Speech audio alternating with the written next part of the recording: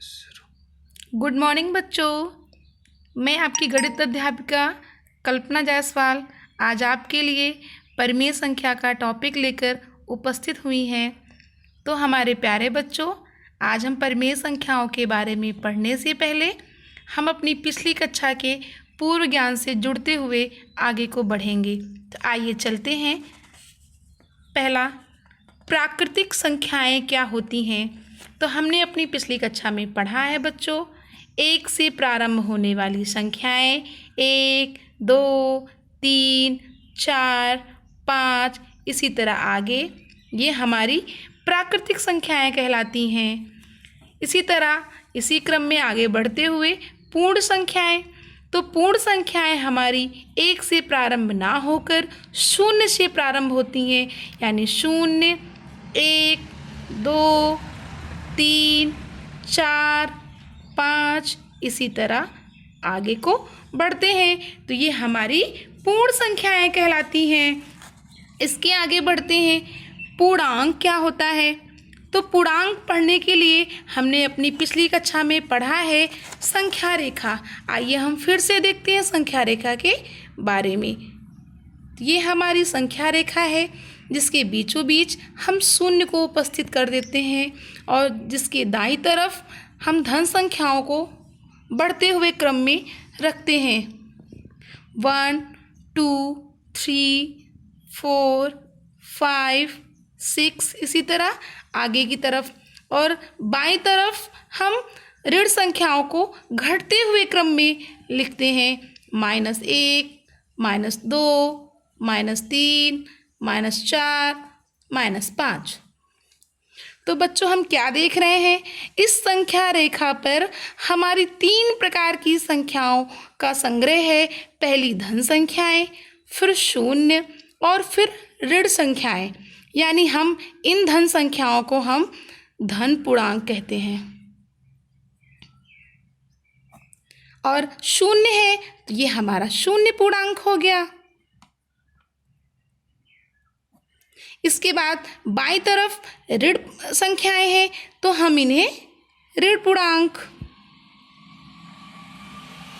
तो हमें क्या पता चला बच्चों कि हमारे पूर्णांक 3 प्रकार के होते हैं, धन पूर्णांक, शून्य पूर्णांक और ऋण पूर्णांक।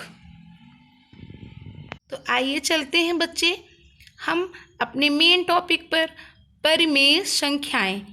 तो वैसे परिमेय संख्याएं होती क्या है, हम साधारण भाषा में कह सकते हैं कि वे संख्याएं जो बटे में लिखी जाती हैं उन्हें हम परिमेय संख्या कहते हैं। परंतु हमें सैद्धांतिक परिभाषा को भी जानना जरूरी होगा। तो क्या है हमारी सैद्धांतिक परिभाषा, वे संख्याएं जो P/Q के रूप में लिखी जाती हैं, परंतु Q जो कि हर की जगह पर है उसका मान 0 ना हो, तो ऐसी संख्याएं परिमेय संख्या कहलाती हैं। तो आइए हम देखते हैं उदाहरण से। पहला उदाहरण हमारा है 4/5। क्या देख रहे हैं, यानी हमारा Q 5 है, यानी 0 नहीं है, इसीलिए ये हमारी परिमेय संख्या हो गई। इसी तरह अगली भी 8/11, ये भी हमारी परिमेय संख्या हो गई। इसी तरह 7/9, ये भी परिमेय संख्या हो गई।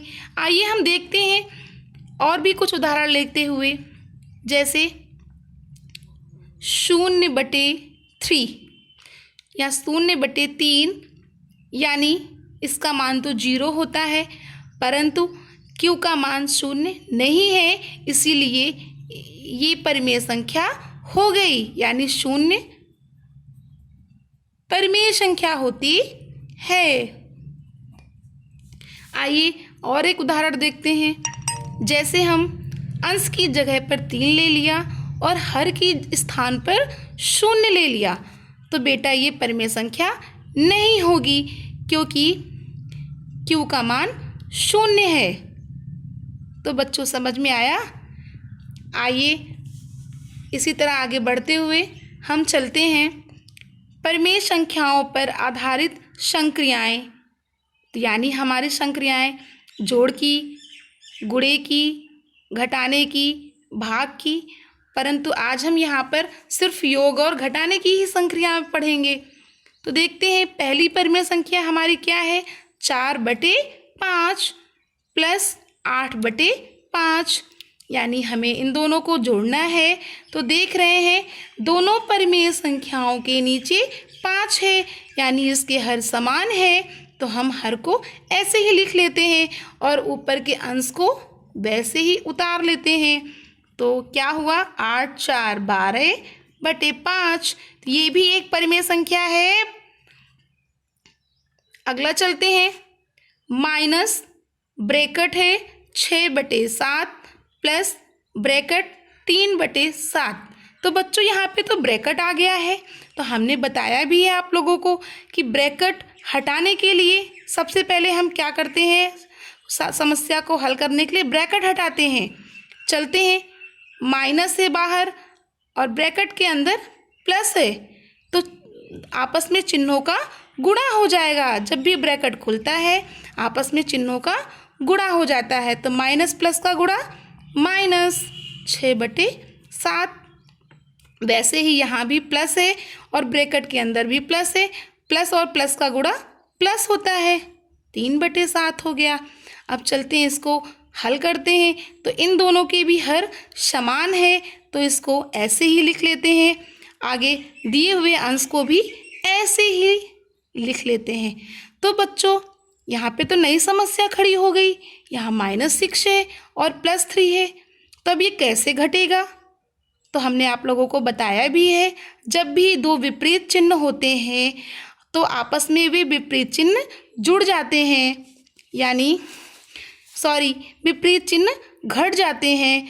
यानी 6 में 3 गया 3, और माइनस की संख्या बड़ी है, इसीलिए हम यहाँ पे माइनस लगा देते हैं, यानी -3/7 हो गया। आइए अगला उदाहरण लेते हैं। इसमें भी ब्रैकेट लगा हुआ है, तो इसके आगे तो कोई चिन्ह नहीं, तो इसे हम ऐसे ही लिख लेते हैं।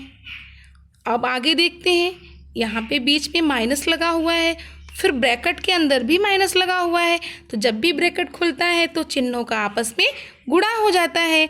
तो माइनस और माइनस का गुणा प्लस हो गया, यानी 2/9 हो गया। यहाँ भी दोनों परिमेय संख्याओं के हर समान हैं, इसीलिए हम हर को वैसे ही उतार लेते हैं, ऊपर भी वैसे ही अंश को लिख लेते हैं। 8 2 10, 10/9। तो बच्चों ये हमारी इतने ही उदाहरण आपको समझाने के लिए, इसके आगे हम आपको फिर से आपके लिए नया टॉपिक लाएंगे। तो चलते हैं बच्चों, आज हमने जो पढ़ाई की उसका कुछ गृहकार्य भी ले लेते हैं।